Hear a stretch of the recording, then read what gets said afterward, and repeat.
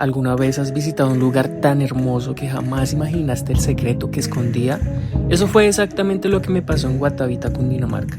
Llegué esperando encontrar uno de los pueblos más bonitos de Colombia, con sus calles empedradas, casas blancas y paisajes increíbles. Pero descubrí una historia que me dejó sin palabras. Un pueblo que desapareció bajo el agua. Una decisión que cambió para siempre su destino y un territorio marcado por el legado de los indígenas muiscas. Acompáñame a recorrer este lugar fascinante y descubre por qué Guatavita es mucho más que un destino turístico. Y hola gente, ¿cómo están? Para mí es un placer mostrarles el día de hoy un nuevo video en donde estamos en el pueblo de Guatavita, el pueblo del Dorado, como le dicen aquí en Colombia. Bueno, vamos a conocer toda esta parte del pueblo. Me encanta porque es un pueblo muy colonial, entonces vamos a conocer sus fachadas, vamos a conocer su gente, vamos a mirar qué nos podemos encontrar nuevo y bueno, mostrarles a ustedes estos nuevos lugares para que lo puedan visitar. Entonces acompáñenme y vámonos. Empezando a recorrer sus calles me doy cuenta que estamos relativamente en un nuevo pueblo. En 1960 se construye la nueva Guatavita, inspirado en la arquitectura tradicional de Cundinamarca para conservar la esencia histórica de la región y convertirlo en uno de los pueblos más encantadores de toda Colombia. No nos llevamos ni 5 minutos y nos está encantando verdaderamente las fachadas, las calles en piedra, las casas también hechas en piedra, cómo elevan esta parte colonial, hecha en madera también. Son cosas que en esta época actual es muy difícil ya de que se encuentren. Los techos hechos en barros, como en las fincas de nuestros abuelos, o bueno, en la finca de los padres de mi mamá, mis abuelos. Estos techos eran hechos así en barro. Nos encanta este tipo de arquitectura, ojalá pues lo sigamos adaptando actualmente y que no todo sea pues digamos como tan plano en sus colores, en sus texturas. Entonces es muy importante también tener este tipo de fachada en el momento que nosotros queramos construir. Entonces no nos olvidemos de esto y vamos a continuar recorriendo estas calles de Guatavita.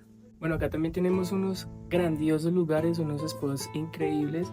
Tenemos estas rejas hechas 100% en acero y con estos toques de fabricación que lo hacen únicos para esa época. También tenemos estas columnas hechas en piedra y no, o sea, realmente toda la fachada es muy colonial. Es más, no nos hace creer que estamos tanto en Colombia, sino que es como si estuviéramos en Francia, como si estuviéramos en España o como si estuviéramos en Italia. La misma Roma, hay muchísimos lugares especializados en este tipo de arquitectura. Entonces es grandioso ver que aquí en Colombia también tenemos estos grandes espacios. Sabemos que Colombia es un país diverso, entonces tenemos que conocerla y darnos cuenta de que tenemos pocas cositas de muchos países que también nos hicieron ver el mundo a través de su arquitectura. La historia de la nueva Guatavita comenzó cuando el gobierno tomó la decisión de construir el embalse de Tominé, un proyecto pensado para aumentar el suministro de agua y apoyar la generación de energía para Bogotá y otros municipios cercanos. Debido a esta obra, el antiguo pueblo tuvo que ser trasladado y en 1967 nació esta nueva Guatavita. Hoy sus calles empedradas, su arquitectura colonial y la calidez de su gente mantienen viva la esencia de un lugar que, aunque cambió de ubicación, nunca perdió su historia. Ahora hemos comprado unos tickets para ver el Museo de Guatavita y vamos a ver qué nos encontramos. Sabemos que el pueblo le llaman el pueblo El Dorado porque en toda esta zona vivían los indígenas muiscas, como ya lo vimos en el video anterior que estuvimos en la Laguna del Cacique. Ellos hacían muchas artesanías con oro y con cobre. El 30% era oro y el 70% era cobre. Y hay algo muy inusual, y es que cuando vinieron los europeos buscando oro, se dieron cuenta que cuando toda esta parte del oro lo dividieron, se dieron cuenta que era 70% cobre y 30% oro. Y dijeron, no, estos indios nos robaron. Entonces dejaron como el territorio y no volvieron. Y de este museo salí impactado.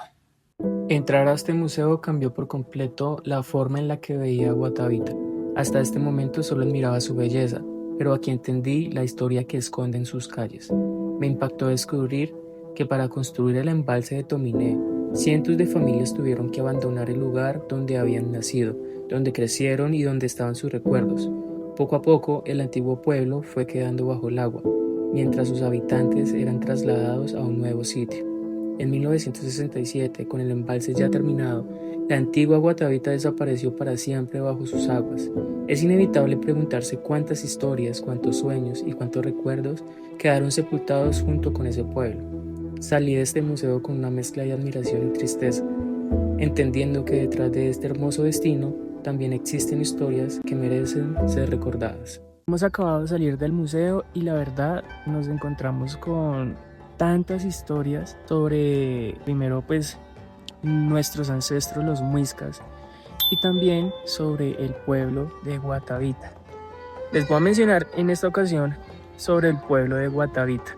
Bueno, la verdad yo no tenía idea de cómo se basaba la historia, simplemente yo vi como cualquier otra persona turista los pueblos de Colombia y me llamó muchísimo la atención venir aquí a Guatavita porque como lo vemos es muy español. Entonces dije ok, pues vamos a ir a ver cómo es esa arquitectura colonial. Sin embargo, entrando al museo me he encontrado con una gran sorpresa y es que este pueblo de Guatavita relativamente es muy nuevo. ¿Por qué? Porque la antigua Guatavita está inundada. Sí, está inundada. Y lo inundaron los gobiernos pues, de Cundinamarca, Bogotá, porque tenían que hacer un embalse para que ese embalse y esa represa les diera agua a Bogotá, que es la capital. Entonces le dijeron a las personas que estaban en la antigua Guatavita, el pueblo antiguo de Guatavita, o ustedes se van, les damos una indemnización o los reubicamos en la nueva Guatavita, que es este pueblo donde me encuentro en este momento, o si no, pues simplemente los inundamos. Entonces, cada vez que iba pasando, digamos el tiempo, iban inundando de a poco la antigua Guatavita. ¿Y qué tuvieron que hacer ellos en 1967 aproximadamente? Tuvieron que irse a la nueva Guatavita, que es esta. Nos cuenta el guía que el 60% de la población estuvo de acuerdo, pero el 40% de la población no estuvo de acuerdo. Así que este 40% de esa población les tocó, los obligaron a que o recibían el dinero que nos dicen que en ese tiempo eran 800.000 pesos.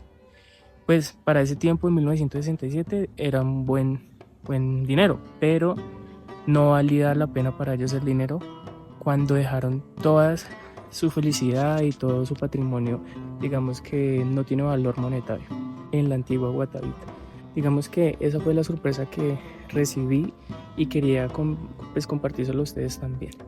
Entonces, amigos de Bogotá, si ustedes toman agua, no solamente es por, digamos, esa represa que cuando uno entra por el sur está, sino también porque hicieron este embalse y esta represa aquí en Guatavita. Bueno, ahora les voy a comentar todo lo que pasó con los muiscas y cómo fueron los españoles.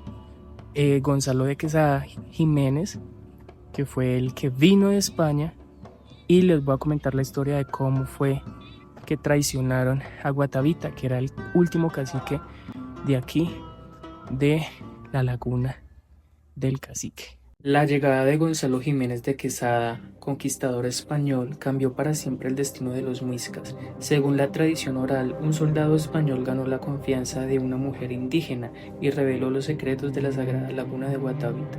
La traición desató la conquista, el fin del último gran cacique y la obsesiva búsqueda del oro, llevando incluso a intentar drenar la laguna en búsqueda del legendario tesoro del Dorado. Y aquí en la represa de Guatavita hemos terminado el recorrido. Sin antes, les dije que les iba a mencionar la historia de los indígenas y cómo este señor Gonzalo Jiménez de Quesada, español, llegó a estas tierras y simplemente como vieron que los indígenas muiscas cogían todos sus tesoros, pero pues para ellos eran ofrendas para el dios Sol, para la diosa Luna.